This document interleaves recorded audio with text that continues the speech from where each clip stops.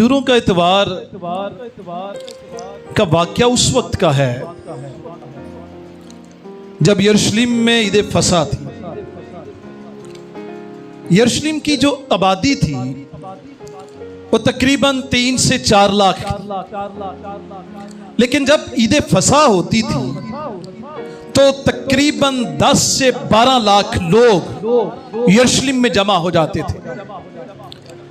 कुछ तारीखदानों के मुताबिक ये ईद फसा पर जो आबादी थी तकरीबन 20 लाख तक भी पहुंच जाती थी। एक बड़ी ईद होती थी यहूदियों की। अब यीशु मसीह भी इस ईद में दाखिल हुए और यीशु मसीह ने इस ईद में दाखिल होने से पहले बैतनिया में एक हफ्ता गुजारा, यानी हफ्ते की शाम को यीशु मसीह बैतनिया में थे। सुबह उठकर उन्होंने यरूशलेम की तरफ सफर शुरू कर दिया। अब बैतनिया में जब यीशु मसीह थे वहां से यरूशलेम का फासला तकरीबन 2 या 3 किलोमीटर था, लेकिन ये बैतनिया का फासला इतना आसान भी नहीं था, क्योंकि अगर आप ऐन वस्त में हैकल में खड़े हो तो हैकल की दाईं तरफ यानी मशरक की तरफ आप देखें तो आपको कोई जैतून का पहाड़ नजर आएगा। अब कोई जैतून के पहाड़ से आप नीचे उतरें तो नीचे वादी के बाद जो सामने आपको गांव या देहात नजर आएगा वो बैतनिया है। अब यीशु मसीह ने जो अपने सफर का आगाज शुरू किया है वो मशरिक से मगरिब की तरफ किया। कहां से शुरू किया है? मशरिक से मगरिब की तरफ। यानी बैतनिया से जब वो निकले तो पहले जो ही ढलान पर चढ़ना था तो वहां पर एक जगह आती है बैत फिगे, जहां से खुदा यीशु मसीह ने गधी मंगवाई थी जहां पर उसने सवार होना था। अब वहीं से जब ऊपर चढ़े तो पहाड़ की चोटी पर खड़े होकर बिल्कुल मगरिब की तरफ एक खूबसूरत यरूशलेम हैकल का नजारा देख सकते थे। अब वहीं से जब वो नीचे उतरते तो वादी कदरून में से होकर उन्हें गोल्डन गेट में से अंदर दाखिल होना था यरूशलेम से। अब यहां से सफर यीशु मसीह ने जो शुरू किया है वो मशरिक से मगरिब की तरफ किया।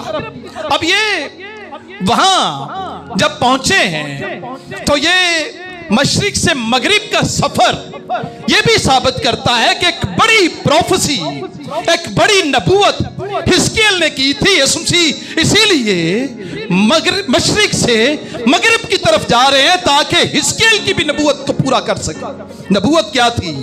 हिजकिय्याह रोया देखता है 43वें बाब की दूसरी आयत में लिखा, क्या देखता हूं कि इस्राएल के खुदा का जलाल मशरिक की तरफ से आया और उसकी आवाज सैलाब के शोर की सी थी और जमीन उसके जलाल से मुनव्वर हो गई।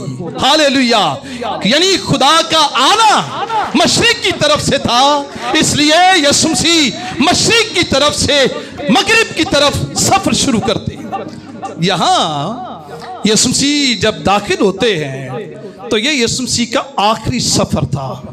अब ये एक ऐसा सफर है जिसमें यीशु मसीह जब ईद फसा के 4 दिन पहले दाखिल हो तो ये वो मकाम भी था, ये वो इंतखाब भी था, ये वो दिन भी था जब यहूदी फसा के बरे के लिए किसी बरे का इंतखाब करते थे। यीशु मसीह जब दाखिल हुए तो वो दिन था जब यहूदियों ने ईद फसा के लिए बरा खरीदना होता था और इंतखाब करना होता था ताकि उसे परख सकें कि क्या वाकई उनका बर्रा, उनका एक कुर्बानी बेऐब है भी या नहीं।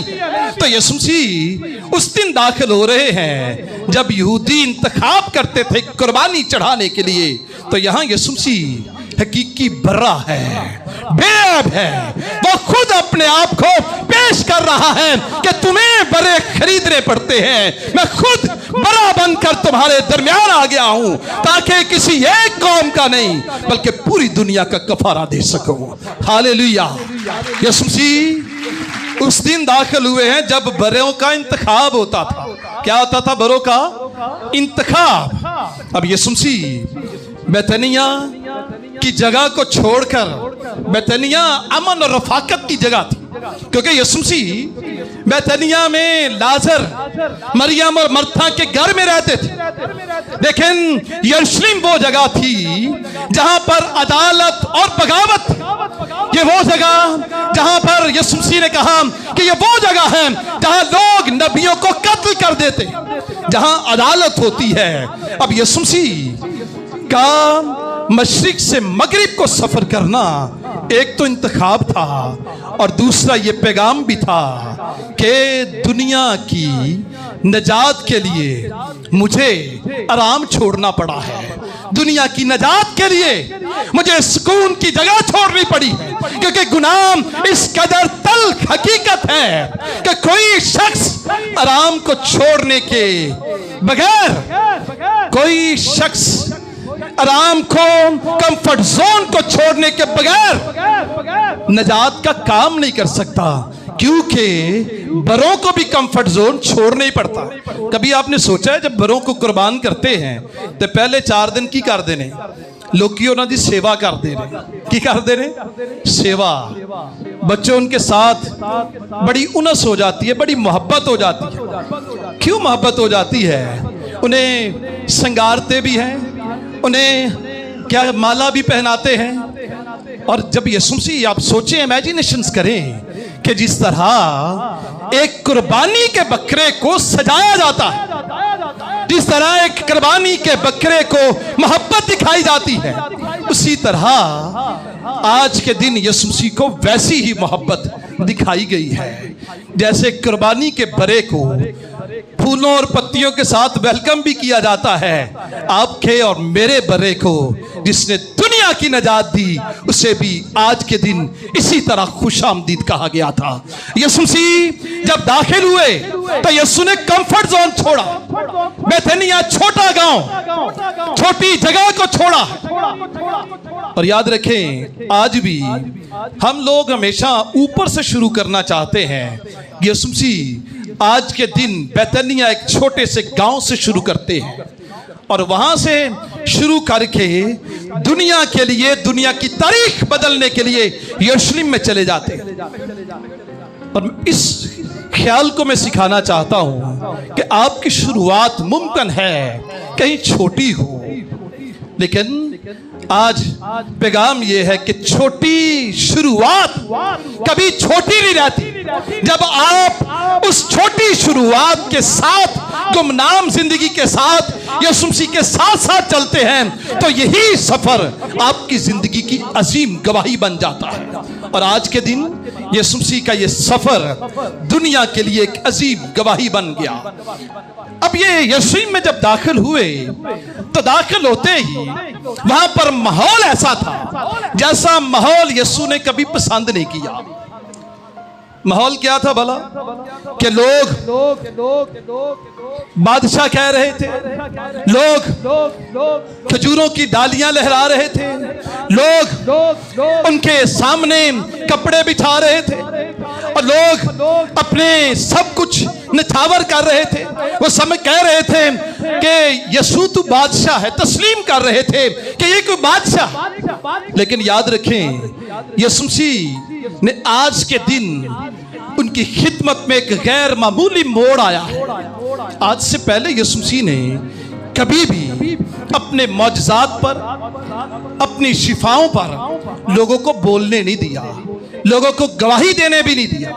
लेकिन आज के दिन यीशु मसीह का दाखिला ऐसा है जब यीशु मसीह ने किसी को खामोश नहीं करवाया। यीशु मसीह ने एक कोड़ी को जब शिफा दी तो कोड़ी को भी उसने ताकीद की, खबरदार किसी से कुछ ना कहना। यानी यीशु मसीह खिदमत में चुप करवाते रहे, कुछ ना कहना। पतरस ने जब इकरार किया कि तू जिंदा खुदा का बेटा मसीह है, उस वक्त भी यीशु मसीह ने कहा था कि मेरी बाबत किसी से ना कुछ कहना। यीशु मसीह पहाड़ पर शागिर्दों के साथ थे, सूरत बदल गई, उस वक्त भी यीशु मसीह ने कहा कि किसी से तुम कुछ ना कहना। लेकिन आज का दिन क्यों यीशु मसीह ये सब कुछ होने दे रहे? हालांकि पहले तो यीशु मसीह हमेशा कहते थे कि किसी से कुछ ना कहना। वजह क्या थी? आज के दिन जो पहली वजह थी कि यीशु डिवाइन टाइम टेबल के मुताबिक काम कर रहे थे, इलाही वक्त था। और यीशु मसीह इस जमीन पर अपना मिशन लेकर नहीं आए, बल्कि इस जमीन पर इलाही मिशन के लिए काम कर रहे थे। वो मिशन, वो टाइम टेबल जो सिर्फ खुदा की मर्जी से चल रहा था। और यीशु मसीह ने हमेशा खुदा के टाइम टेबल पर काम करते रहे हैं। यीशु मसीह कभी टाइम टेबल से हटकर काम नहीं करते। कई बार हम जोशे खिताबत में कह जाते हैं, और मैंने कुछ दिन पहले सुना जी, खुदा दी हुजूरी, खुदा दी प्रेजेंस दे विच वक्त का कोई लिहाज नहीं। और मैं बड़ा हैरान हुआ ऐसी बात सुनकर कि खुदा तो वक्तों का खुदा है। खुदा कैसा खुदा है? वक्तों का खुदा बेवक्त काम नहीं करता। ए रूहानियत जेड़ी बेवक्त दी रूहानियत है, ये रूहानियत नहीं है, बल्कि यीशु मसीह हमेशा, आप मरकस की अंजील पढ़ें, मत्ती की अंजील पढ़ें, तो आपको बार बार यीशु मसीह का वक्त मिलेगा। उस वक्त से यीशु ने ये कहना शुरू किया, उस वक्त यीशु मसीह ने ये कहा, उस वक्त यीशु ने ये किया। यानी बड़ा जरूरी है कि यीशु हमेशा बाप की टाइम टेबल पर चले। अब टाइम टेबल था कि एक बड़े का इंतखाब किया जाए। हालांकि खुदा में यीशु मसीह जानते थे मुकर्रा वक्त क्या है, मुकर्रा हदूद क्या है। अब डिवाइन टाइम टेबल था। डिवाइन टाइम टेबल से पहले ना तो यीशु मसीह को कोई मार सका है, और ना उनके वक्त के बाद किसी ने यीशु मसीह को हाथ लगाया है। एक बार यीशु मसीह के पास एक शख्स आया, तो यीशु मसीह को उसने कहा, हेरोदिस तुझे कत्ल करना चाहता है। क्या करना चाहता है हेरोदिस? तुझे कत्ल। तो उस वक्त डिवाइन टाइम टेबल नहीं था। तो यीशु मसीह ने क्या कहा? यीशु मसीह ने कहा, जाकर उस लोमड़ी से कह दो। क्या कहो? जाकर उस लोमड़ी से कह दो कि देखो, मैं आज कल बदरूहों को निकालता और शिफा बख्शने का काम अंजाम देता रहूंगा, और तीसरे दिन कमाल को पहुंचूंगा। जाओ उस लोमड़ी से कह दो। यानी इतनी दिलेरी थी कि यीशु जानते डिवाइन टाइम टेबल नहीं आया, और हेरोदिस मेरा कुछ कर भी नहीं सकता। तो हम जितने यहां पर मौजूद हैं, हम डिवाइन टाइम टेबल के मुताबिक काम करते हैं, लेकिन हम अपनी जिद की बना पर उसका लिहाज नहीं करते। और यहां यहूदी लीडरों ने भी प्लानिंग की थी। उनकी प्लानिंग क्या थी? मत्ती 26वें बाब 4 आयत में लिखा, उन्होंने मशवरा किया कि हम यीशु को फरेब से पकड़कर कत्ल करेंगे, मगर कहते थे कि ईद में नहीं करेंगे, ऐसा ना हो कि लोगों में बुलावा हो जाए। उनकी प्लानिंग ये थी कि जरूर हम मारेंगे यीशु मसीह को, लेकिन ईद के बाद मारेंगे। कब मारेंगे? ईद के बाद। लेकिन जब यीशु मसीह दाखिल हुए, लोगों ने वेलकम किया, लोगों ने नारे लगाए, तो उन्होंने जल्द एक्शन लेने का फैसला कर लिया। हालांकि उनकी प्लानिंग थी कि ईद के बाद यीशु मसीह को मारेंगे, लेकिन जो ही लोगों ने नारे लगा दिए, कह दिया कि होशाना इब्ने दाऊद, तो जब उन्होंने बड़ी भीड़ देखी तो इरादा तर्क कर दिया। अब उन्होंने सोचा जितनी जल्दी हो सकता है हम यीशु मसीह को सफाई हस्ती से मिटा दें, क्योंकि ये बड़ा डेंजरस होता जा रहा है। अब यहां यीशु मसीह इसलिए भी उन्हें कहने दे रहे हैं, नारे लगाने दे रहे हैं, खामोश नहीं करवा रहे, क्योंकि जकरिया नबी की पेशन गोई की तकमील थी। पहले यीशु खामोश करवाते रहे, आज इसलिए भी नहीं करवाया क्योंकि जकरिया 9:9 में लिखा था, देख तेरा बादशाह तेरे पास आता है, वो हलीम है और गधे पर सवार है। अगर वो लोगों को खामोश करवा देते तो पेशन गोई अधूरी रह जाती। पेशन गोई को पूरा करने के लिए भी यीशु मसीह ने आज के दिन उन्हें नारे लगाने दिए। नंबर 3, इसलिए यीशु मसीह ने नारे लगाने दिए हैं क्योंकि यीशु बादशाह की नौयत जाहिर करना चाहते थे कि मैं बादशाह कैसा हूं। खुदा में यीशु मसीह जब आए तो गधे पर सवार होकर आए। किस पर सवार होकर आए? अब गधे पर सवार होकर आना यह जाहिर करता है कि यीशु मसीह ने बादशाहत के तस्वर को बदल दिया है। अब बादशाह घोड़े पर आते थे, पैगाम उनके पास ये होता था कि मैं ताकत के साथ आया हूं, मैं जोर के साथ आया हूं और मैं फतह करने आया हूं। लेकिन यीशु गधे पर आए और यीशु का पैगाम उन घोड़े वालों से फर्क था। यीशु का पैगाम यह था, मैं अमन के साथ आया हूं, मैं आजिज़ी के साथ आया हूं और मैं खिदमत करने के लिए आया हूं। हालेलुया। दुनिया के बादशाह मारने के लिए, अपना आप दिखाने के लिए आते हैं, लेकिन यीशु ने बादशाहत की नोयत को बदल दिया, एक नया फलसफा दे दिया। नया फलसफा, लोग नारे लगा रहे थे, यीशु इजाजत दे रहे थे, लेकिन यहां फलसफा क्या था? ज़करिया 9:10 में लिखा है, कौमों के दरमियान सुलह का फरमान जारी करेगा।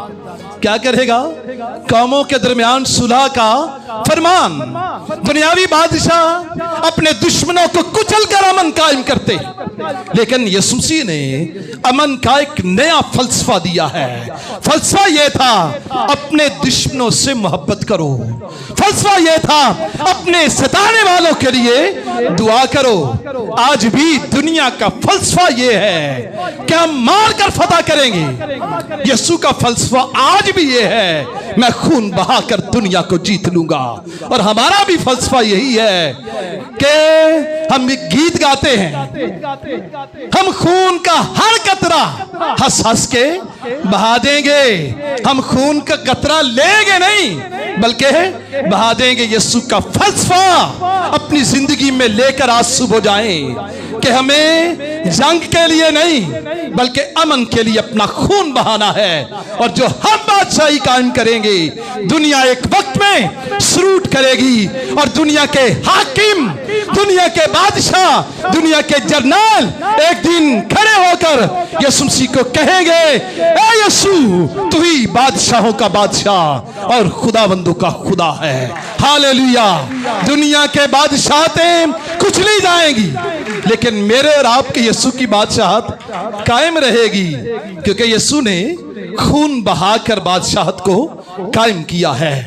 यीशु जब यरूशलेम में आए, लोगों की सोच क्या थी? होशाना इब्ने दाऊद को होशाना। आमतौर पर ये लोगों का नारा था जो खुशामदीद कहने के लिए कहते थे, होशाना। जब ज़ायरीन काफिले में यरूशलेम पहुंचे तो लोग, शहर के लोग इस्तकबाल करते हुए कहने लगे, मुबारक है वो जो खुदावंद के नाम से आता है। जब यीशु गधे पर सवार होकर आए तो उनका होशाना पुकारना दरअसल एक सियासी पुकार थी। कौन सी पुकार थी? क्योंकि इस पुकार में उन्होंने एक लफ्ज का इजाफा कर दिया था, होशाना इब्ने दाऊद को होशाना। किसको होशाना? इब्ने दाऊद। अब इब्ने दाऊद को होशाना कहना यह खालिस्तन रॉयल शाही नारा था। एक ऐसा नारा था जो दाऊद के तख्त का वारिस करने के लिए इस्राएल की दोबारा गुलामी से रहाई की निशानी पेश कर रहा था। और वो नारा जो लगा रहे थे, ये असल में रोमी हुकूमतों के खिलाफ बगावत को जाहिर करता था। लेकिन वो नारा लगा रहे थे इब्ने दाऊद को होशाना। अब उनका ख्याल था यीशु जाकर अपनी बादशाही का ऐलान करेंगे, रोम की गुलामी से नजात दिलाएंगे, हमारा राज होगा। लेकिन यीशु ने ऐसा नहीं किया। यीशु ने क्या किया भला? मरकस 11:11 में लिखा है, यीशु यरूशलेम में दाखिल होकर हैकल में आया, चारों तरफ मुलाहजा करके उन 12 के साथ बैतनिया को वापस चला गया। यानी उनका ख्याल था कि हुकूमत कायम करेगा। यीशु आया है, हैकल को देखा है, हैकल की सफाई की है और वापस बैतनिया चला गया। अब मसीह 2-4 दिन गुजर गए, यीशु ने बादशाही का ऐलान नहीं किया। लोगों की उम्मीद ये थी, वो चाहते थे यीशु बादशाहत का ऐलान करे। 5 दिन गुजर गए। अब वक्त के साथ साथ इन लोगों का नारा बदल गया। पहले ये कह रहे थे कि होशाना इब्ने दाऊद को होशाना, मुबारक है वो जो खुदावंद के नाम से आता है। जब उनकी तवक्को पूरी नहीं हुई तो अब इनका नारा बदल गया। और कई बार हमारी भी जब किसी लीडर से तवक्को पूरी नहीं होती तो फिर हमारा नारा बदल जाता है। ऐसा ही होता है ना, लीडरों से हम तवक्कात करते हैं कि लीडर साडे लिया करेगा, असी इनू लैके आए हैं, असी इनू हारूर पाए ने, असी इनू इत्थों तक पहुंचाया, हुण साडे लिए करेगा, और सारा कुछ साडा ही होएगा, हुकूमत साडी बन जाएगी। अब इनका भी क्या सोच थी कि हुकूमत क्या है, हमारी बन जाएगी। आज भी जब लीडरों को लोग लाते हैं तो यही महसूस करते हैं हुकूमत किसकी होगी, हमारी। लेकिन यीशु ऐसा लीडर है जिसने उनके नजरियात को बदल दिया। अब वही जैसे जैसे वक्त गुजरे यीशु ने उनके मुताबिक, उनके नारों के मुताबिक नहीं किया, तो अब उनका नारा क्या था, इसे सलीब दो। क्या करो, इसे सलीब दो, इसे मसलूब कर दो। वो अपनी शराइत पर यीशु मसीह को बादशाह बनाना चाहते थे। आज भी हम जब शराइत पूरी नहीं होती तो फिर हम कहते हैं इसे मसलूब कर दो। शराइत पर हम यीशु मसीह को अपनी जिंदगी का मालिक मानना चाहते कि अगर तो यीशु हमें घर दे दे, बैंक बैलेंस दे दे, जिस्मानी तौर पर शिफा दे दे तो वो बादशाह है।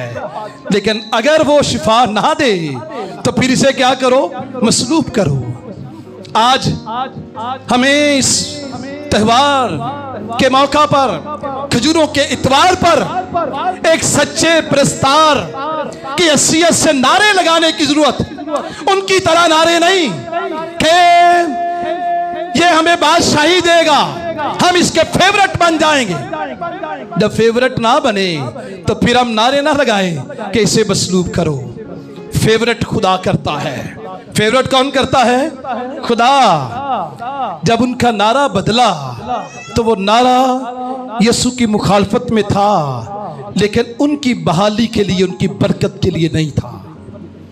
यीशु मसलूबियत के नारे के बाद मसलूब तो हुए, लेकिन यीशु मसीह की हकीकत खत्म नहीं हुई।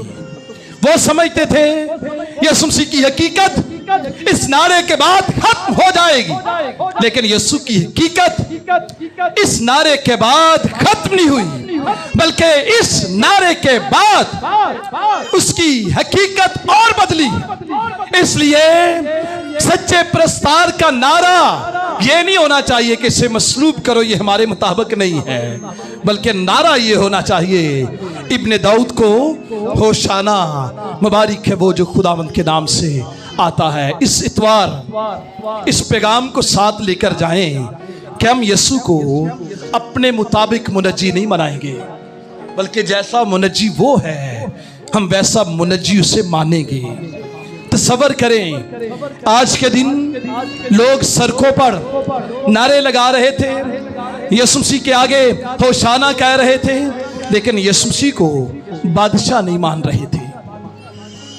जिस तरह यीशु बादशाह बनकर आया था, आज भी पूरी दुनिया में नारे तो लगाए गए हैं, फूल भी फेंके गए हैं, लेकिन ये फूल, ये हार, ये वेलकम कल को तवक्कात पर ना पूरा उतरने पर यीशु के खिलाफ बगावत नहीं होनी चाहिए, बल्कि यीशु के साथ मोहब्बत की इब्तिदा होनी चाहिए। यीशु बादशाह है, यीशु मरकर बादशाह है। इसलिए हम जिस बादशाह पर ईमान रखते हैं वो मारकर बादशाह नहीं है। उसने तलवार नहीं उठाई, बल्कि उसने तलवार उठाने वालों को कहा, पतरस अपनी तलवार को म्यान में कर ले, अगर मैं बाप को हुक्म करूं तो वो फरिश्ते भेज सकता है। मेरी बादशाहत ऐसी नहीं है, मेरी बादशाहत खून बहाकर आती है, क्योंकि दुनिया की बादशाहत मारने के बाद कायम होती है, फिर खत्म। लेकिन मेरी बादशाहत खून बहाकर आएगी, लेकिन खत्म नहीं होगी, क्योंकि दुनिया के सारे बादशाह मुझे सलाम कहेंगे और कहेंगे तू ही खुदावंदों का खुदा और बादशाहों का बादशाह। खुदावंद आज के कलाम के वसीला से हम सबको, हमारे घरानों, हमारे खानदानों, हमारी नस्लों को कसरत की बरकत दे। आमीन।